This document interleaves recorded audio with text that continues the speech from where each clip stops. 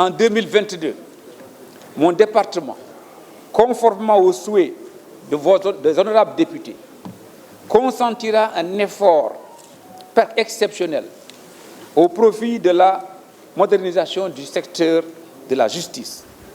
Il s'agira de la mise en œuvre d'un programme inédit de modernisation des infrastructures qui permettra, en 6 ans, de la construction des équipements suivants. Vous me permettrez de vous lister effectivement les travaux qui sont programmés. 12 centres d'accueil pour les enfants en danger ou en conflit avec la loi.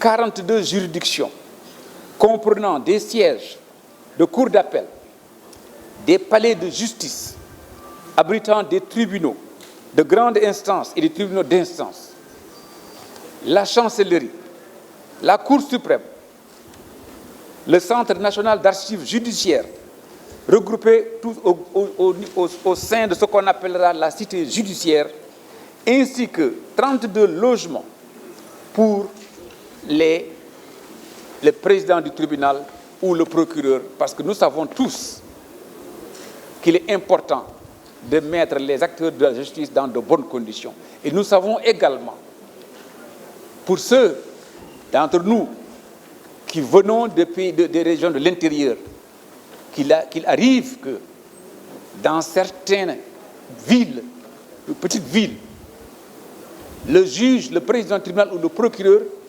ne puisse pas, même si on veut lui trouver un local, ne puisse pas trouver effectivement un local qui puisse l'abriter. Et nous savons quand même qu'il est nécessaire qu'un président du tribunal ou qu'un procureur de la République soit mis en sécurité et soit mis dans des conditions de respectabilité.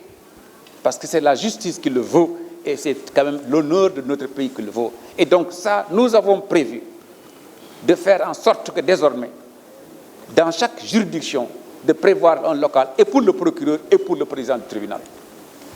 Donc, au niveau de cette cité judiciaire qui prendra effectivement, qui sera installée là où se trouve aujourd'hui Rebeuss. Et merci, madame honorable députée, d'avoir apporté cette précision. Effectivement, la prison de Rebeuss sera effectivement transportée ailleurs et l'endroit qu'il occupe sera effectivement servira de réceptacle pour les structures dont je viens de vous lister et notamment également pour la chancellerie. La direction de l'administration pénitentiaire également sera construite, ainsi que la direction de l'éducation surveillée et de la protection de l'enfance, ainsi que 9 établissements pénitentiaires. 9 établissements pénitentiaires.